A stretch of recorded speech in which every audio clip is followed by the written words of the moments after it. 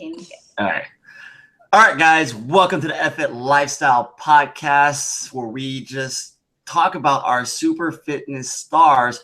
And I'm super excited to have our guest today. She's an IFBB pro, and she's been just killing the game. Her name, and everybody just please welcome Katherine Alcantara. Woohoo! Welcome. Hello. Hi.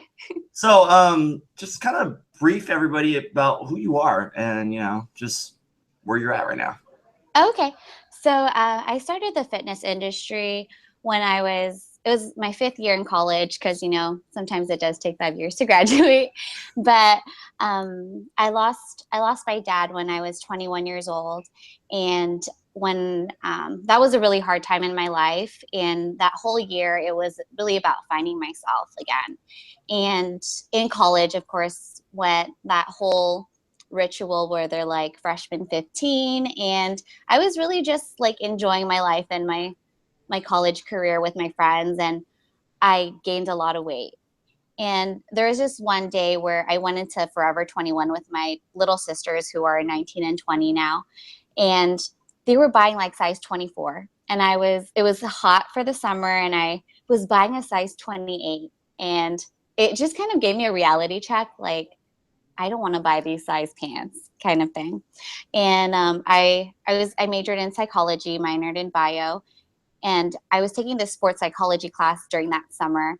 And it was all about reaching your goals and why people don't reach them. And it was mainly about focus and why people get so distracted. And it really set me up for success and starting my journey. So I looked into like online coaching and I was really skeptical about it at first. Like, I didn't know if it would work. And it was like almost $500 for it. So it was like a big investment. And I talked to a few of my friends who were into fitness.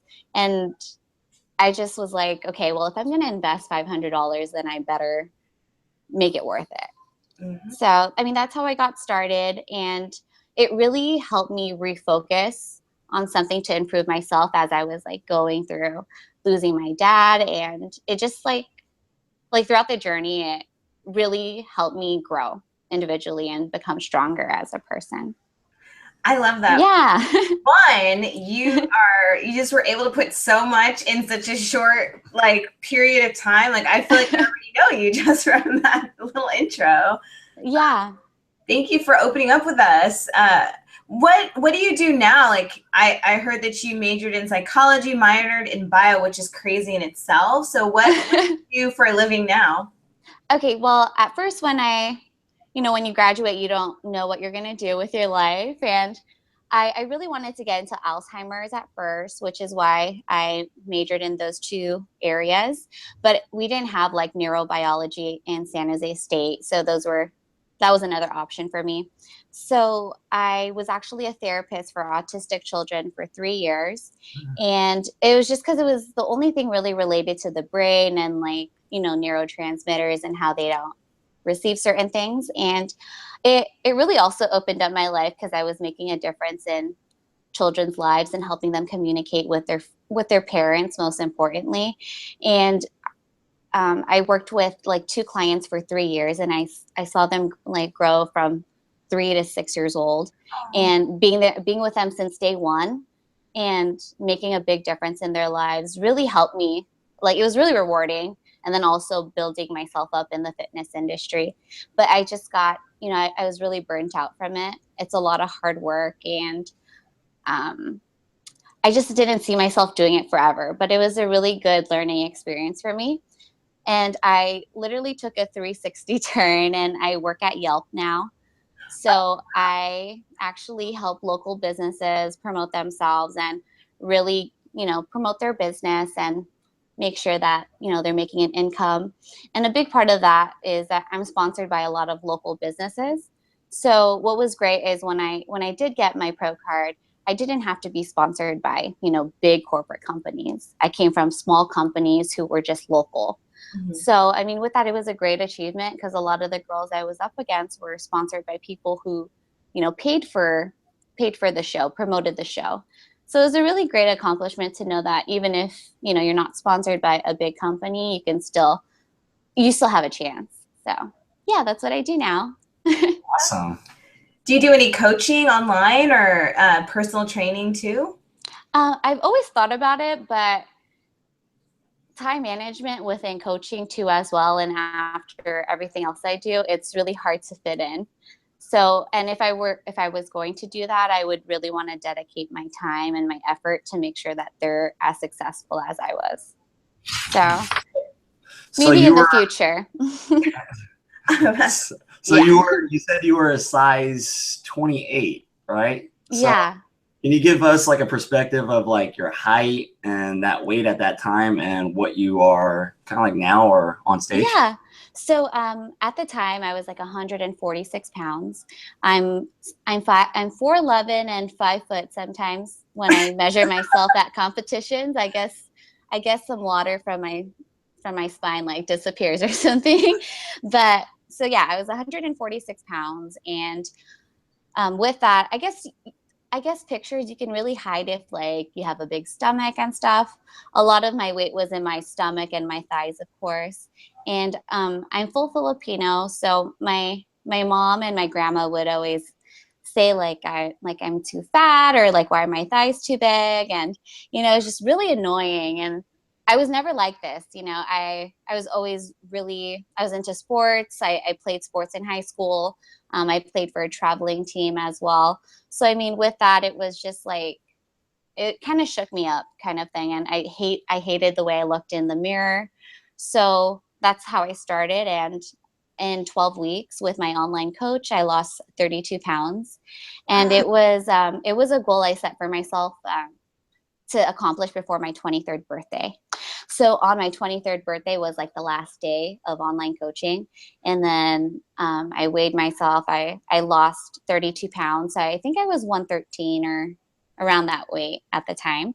And then I continued to diet, but as strict as I did those 12 weeks. And by like New Year's, I lost a total of 45 pounds. So I was like 101. Wow. So, I mean, with that, it was all like within like, let's say like half a year that I was able to do that.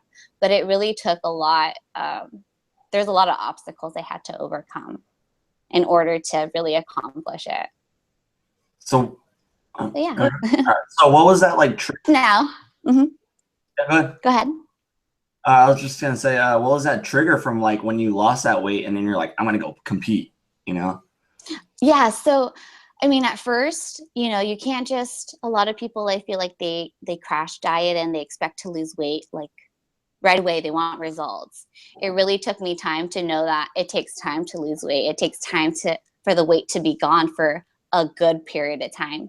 So on average, I was losing like 8 pounds a month, and it really made a big difference checking in my weight and like just comparing the two.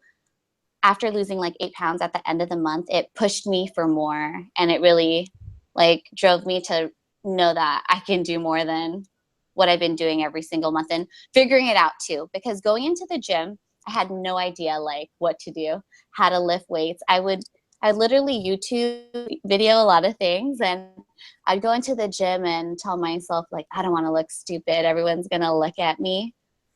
That mentality, like, I don't care what people say. I'm doing this for me, and who cares if I look like a fool, as long as you know, I'm giving it my all. But it was a really big learning experience too. And then the big jump to competing was my coach, my online coach, opened it up to me, and he asked me, hey, what do you think about competing? And it was my last semester at San Jose State. But I had a lot on my plate. Like, I was president of my sorority. I was taking like neuroanatomy, and I didn't know what it would take to really develop a physique for bodybuilding. And I really wanted to give it my all. So I waited till I graduated that semester, and then I worked on my first competition that summer. And I was just working with my autistic clients, and then my main focus was for a show. So that was October of 2013 was my first competition, and it was really exciting. I was really nervous, but my first competition, I got 4th place. So it was a really great experience. I mean, I was so nervous that I was on stage, like my mouth was shaking so much, and I just could not control, like it just wouldn't stop shaking. And I was just, it looked like I was dancing on stage, but it was a great experience, you know. And it was a great year experience for me because I had lost 45 pounds, and then I did my first show and I got fourth place. So it was just like a whole year of really setting up myself for accomplishments and goals that I never thought I would, you know, accomplish. And then from there, it just grew from being really passionate about the sport. And yeah. How often a year do you compete? How many shows a year do you usually do? So my first show was the October of 2013. And then I decided to do another show like 4 weeks later. And then I got first place and third place my second show. So I was like, oh, this is fun. I'm doing well, kind of thing. And, you know, my mom was very supportive at first, but then she became into that, like, you're too skinny, you have too much muscle. I let you do it one time, that's it. But I've always been that type of person I mean, I listen to my mom, but I still do what I want to do. So, I mean, I did my competition without, you know, not really telling. Well, she knew that I did it, but I didn't need her to be there. I did it for me, and it was for my next following birthday, my 24th birthday. My show was literally like the day after my birthday. So, I mean, with that, I was eating tilapia on my 24th birthday. I remember it was like really gross. It was, you know, I don't know. I'm used to it now. You know, I know how I've been very creative with my meals, but I mean, with that, accomplishing that the next day of my birthday, getting third and fourth place was really great. So after that, I had done like, let's see, like 5 national amateur shows. And I really wanted to, within like that year, like until May of 2014. And I got first place my last amateur show. So then I went ahead and I really wanted to get first place in the open division before moving on to like the next level, which is the national shows to get your pro card. Mm-hmm. And my first national show was in South Carolina that year. And I was really excited. I have never been to South Carolina, and I didn't really know what to expect there. But I went over there, and everyone just looked amazing. And you were competing against people all over, you know, the United States. And I was there like, well, everybody looks great, and I'm just going to go out there because I don't know what else to do, kind of thing. And, you know, I was just like, there's no looking back, just go out there and see what happens. And I did my first national show. On stage, I have a video actually. I look like the happiest person like on stage, and everyone is just so serious. And you can tell who's having fun and who has a certain swag on stage. But I just really looked really happy.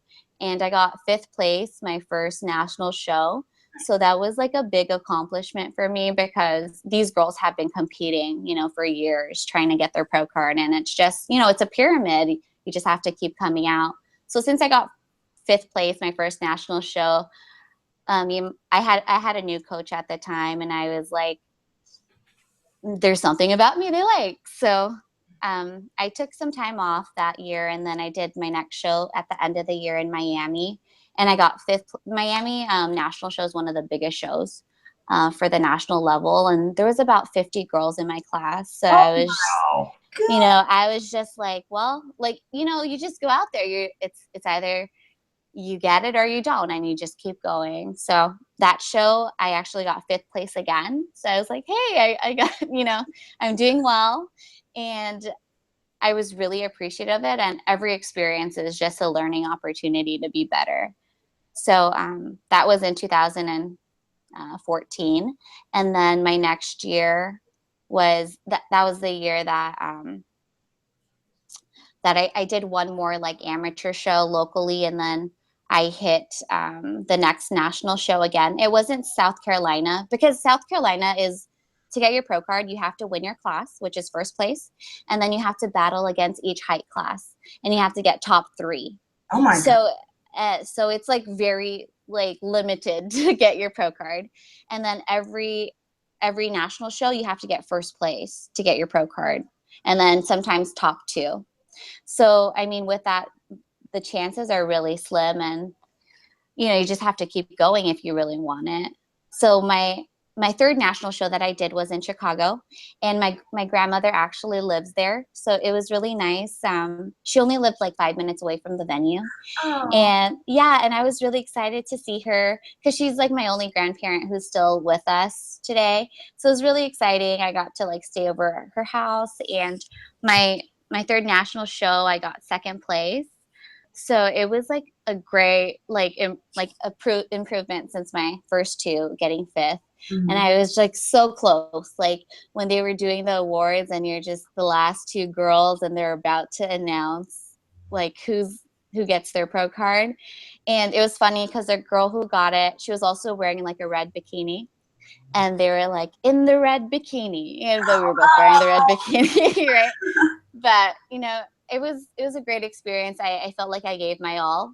It was actually my favorite physique that I brought ever till today, was that Chicago show. And then from there, I just knew I had to keep going because I was so close.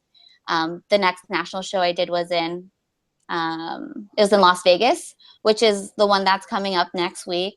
And it was top 2 that time, and I got third place. So I missed it again by 1. And I was just like, man, I'm really tired. I don't know if I can do this anymore. But, you know, like, this is where you really just have to build your mentality. And if it's something you really want, you just have to keep going. So that was in July of last year. And then in September, I did the last national show of the year, which was in Pittsburgh, Pennsylvania, and which is really far. But they're all in these like different places, like far from California, because I'm from California. But yeah, that's where I got my pro card, in Pittsburgh, Pennsylvania, and it was a really priceless moment. So, I mean, with that, I didn't know I was going to get it, but when it's your time, and it was a great opportunity. So that's when I got my pro card, was last year, almost a year from now. Like, I've had my pro card. So that was my journey. I did about maybe 11 shows before I got my pro card. Wow. Yeah. So it's just been a constant hustle, like, since 2013. Hard work pays off. For everyone listening, hard work pays off. Stay consistent. Good job. That's like an amazing journey. Thank you. So now, like, that you have your pro card, do you feel like you're obligated to stay lean all year, or do you have like off season and then you get lean for photo shoots? What do you do? So with being a pro now, it's really different. My first year being a pro was it was really hard, actually. I feel like it was harder than even getting your pro card, because there's so many pros out there that have been in the industry, and, you know, they've built their platform, they've built their brand, they understand their body, you know, and I'm still learning. So, I mean, with that, and also I just started a career change this year. So I've only been working at Yelp for a few years now, or not a few years, a few months. So when I was a therapist, my schedule was very flexible, and there was times where I could just work out in the morning, and there's times where I had a break and then I could go back to work for sessions. But working an 8 to 5 job was an extreme 360 routine for me, and I wasn't used to it. Even though I would wake up at 5 in the morning before to do like cardio, it's really different working a straight 9-hour shift sometimes, and then training at night, because I never liked training at night before. So it was a really big change for me. And my first year as a pro, I just felt really exhausted from working like constant hours throughout the week, and then having to maintain a physique that I was trying to build for the pro stage. So, I mean, with this, I'm still learning as a new pro. It's been one of my weakest struggles that I'm trying to figure out, is a new routine to really excel and build a physique I want to present on stage. So my first pro show, it was the first time I didn't do very well, and it was okay. And I mean, with that, it really opened my eyes with what I really need to work on and what my priorities are. But staying lean throughout the year is a good thing. I always try to maintain a certain weight throughout the entire year, because if you gain like a lot of weight and you have a lot of fat on you, it's really hard to dial in again. So I rather not struggle during like my short process of getting ready for stage, and just being consistent throughout the year. That makes sense. I'll take Yeah. that. Yeah, definitely. So are you going to do another couple more shows this year, or, gunning for like Olympia? I know a lot of girls are doing that right now who are pros. Yeah. My first mentality as a pro is like, I'm gunning for Olympia. I'm just going to keep going, because I had such a great streak becoming a pro. And honestly, I think I did have some shows planned for the year, but I kind of took a step back because my body wasn't responding in a way that I wanted it to. And it may have been just because of the stress levels of really trying to find my routine with my new career change and figuring out what I need to bring on stage. So, I mean, right now I am on off season. So I'm taking the rest of the year to just really reset my body, because I've been dieting since April. And just recently I started off season, and then just really working on building my gains for the rest of my off season and understanding my body more, and not being so, when you're in prep mode, you're kind of just like, okay, I really got to get this workout in. I really got to get this meal in. But when you're in off season, you're just kind of more like, okay, I'm not preparing for a show. And there's a lot of times where you can just take a step back and have more time for yourself.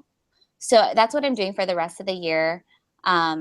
But I'm aiming for a show at the beginning of the year. I'm not sure what yet, but it's all dependent on how well my off season is.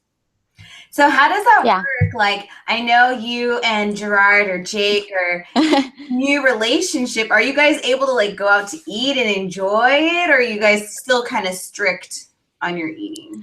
Oh, what's funny is both of us actually are on off season right now, but he has about a 9-week off season. So he's going to start dieting again in October. So we actually, we do live pretty far away. I know, he lives in San Diego and I live here in like San Francisco, but we see each other like for the next 3 weekends. We're going to see each other, and we see each other like every 2 weeks. So it's not like a big struggle, but it's kind of funny. Like, we enjoy like really simple things. Like, I went to Puerto Rico with him, and we were just enjoying like rice cakes and like peanut butter. Like, I don't know, like just like very simple things. And it's not really about eating out. And I mean, we both understand like the levels of dieting since we've been doing it for so long. So we know how to, like, if we go out to eat, we'll like eat at a place where it's, clean and it's flexible in our diet. So, I mean, eating out is not a problem, and doing other like fun things. So our off season now, since we have 9 weeks, like we're going to Disneyland next weekend, which is really fun. And I've been to Disneyland on a diet, and it sucks. It's just smelling everything. That was my first show, actually. I went to Disneyland and I was like, what am I doing to myself? There's all this good food. But yeah, I mean, maintaining our relationship where communication is a big thing for us. So we really understand each other. We've been through similar obstacles in our lives. So it works out really well. It's like we're the same person, but he's like a boy version of me. Yeah, because we're allergic to the same things, which is kind of weird. And what are you guys allergic to? We're allergic to watermelon. What? And, yeah, which is kind of that. He still eats it. I don't know. He was taking a Snapchat showing me it the other day, and I was just like, okay, just be careful. Next snap, he's like, at the hospital. Yeah. All right, cool. Yeah. All right, so right now we're just gonna go into our lightning round. We're just gonna throw some questions out at you, and then you just answer back, best of your knowledge. So, all right, so I got one. What's the best fitness advice you've ever received? To do it for yourself and no one else, because there's so many people, like even my friends ask me like, how do you do it? How do you lose weight? I don't get it. It's really being consistent with yourself and being realistic with your goals. and it's really for you and your body.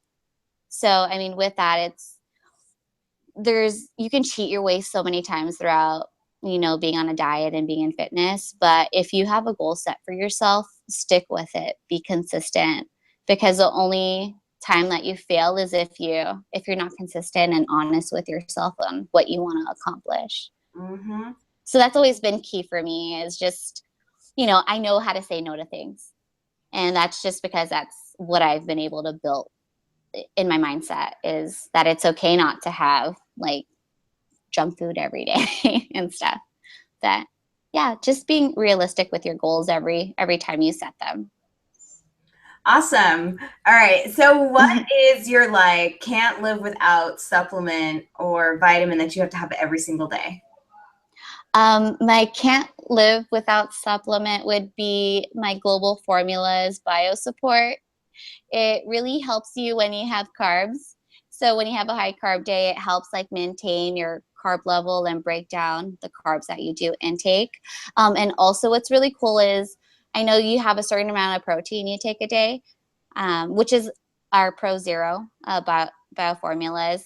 It has no carbs, no sugar. So it's literally just protein, and it really tastes really good. My favorite flavor is vanilla, but that's my sponsor actually. And what I really believe in having a sponsor, especially a supplement company, is believing in the brand and liking the product. Mm-hmm. So it's really been working well for me, and I love all his products. Like when I run out, I kind of freak out. Like I need to have, I need to take this when I eat my burger and fries, stuff like that. Cool. All right. Next one. What's your must-do go-to exercise you have to do every single week? Is leg day, booty day is my favorite. With that, I really like incorporating plyos into my workouts, targeting glutes and everything. I did have a torn ACL back when I was in 8th grade from playing basketball. So strengthening my legs was one of my struggles when working out, because my left leg was a lot weaker when doing isolation movements. But now it's up to par, and I have equal strength in both legs. So it's really my favorite workout of the day. I know you said you're a good kid when it comes to food, but when you have an all-out cheat meal, what is your go-to dirty cheat? Okay, my go-to dirty cheat would be ice cream. I really love coffee ice cream. But for some reason, when you're dieting, your taste buds really change. And when you have something too sweet or too salty, it's really nasty in the mouth. It doesn't taste very good. But I really love having burgers and fries and sushi. But those are usually things I can have once a week anyways. But those simple things are those dirty, I guess, cheat meals that I like. Awesome. I like those too. Those are good. All right. Could you see yourself doing this for the rest of your life? Me and Jake have actually talked about this. The fitness industry and being a pro, it's something that you'll be forever, right? But it's something that you can't do forever. There's going to be a time in your life where you're going to have to step back and start your family. So doing it forever, to compete, of course, it's not really realistic as you get older. But it is something that we are going to implement in our lives every day. I even told him, I was like, I don't want to be fat when I'm old. So, or after all that hard work and just looking back at pictures, you don't want it to go to waste. So living this lifestyle is always going to be part of our lives. But of course, competing, there's only a gap amount of time that you have. So, yeah. So what's next for you? Are you gonna keep competing for the next few years, head for Olympia, start a family? What's next? So I am gunning for the Olympia, hopefully next year. So my off season, like I said, is going to be really important. So I'm just going to be hitting it really strong next year, and it's just dependent on how well I do my first show and what's going to be up next. The schedule next year hasn't come out yet, so it's really hard to pinpoint like where to travel to. Yeah. I noticed a lot of the times it's traveling really far. There's not many local shows that I can, go to.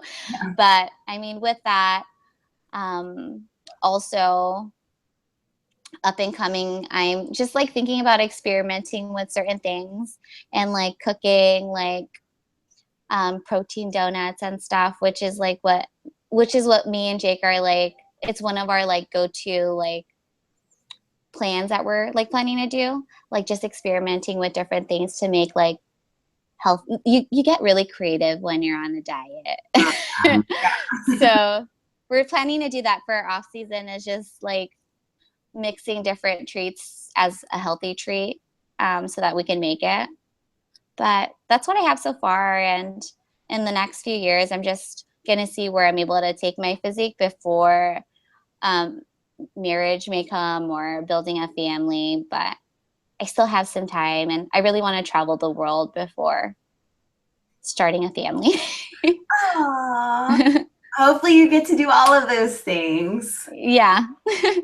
Awesome. So for anyone that's watching this or listening to this, if they want to follow you or track your journey, where can they find you?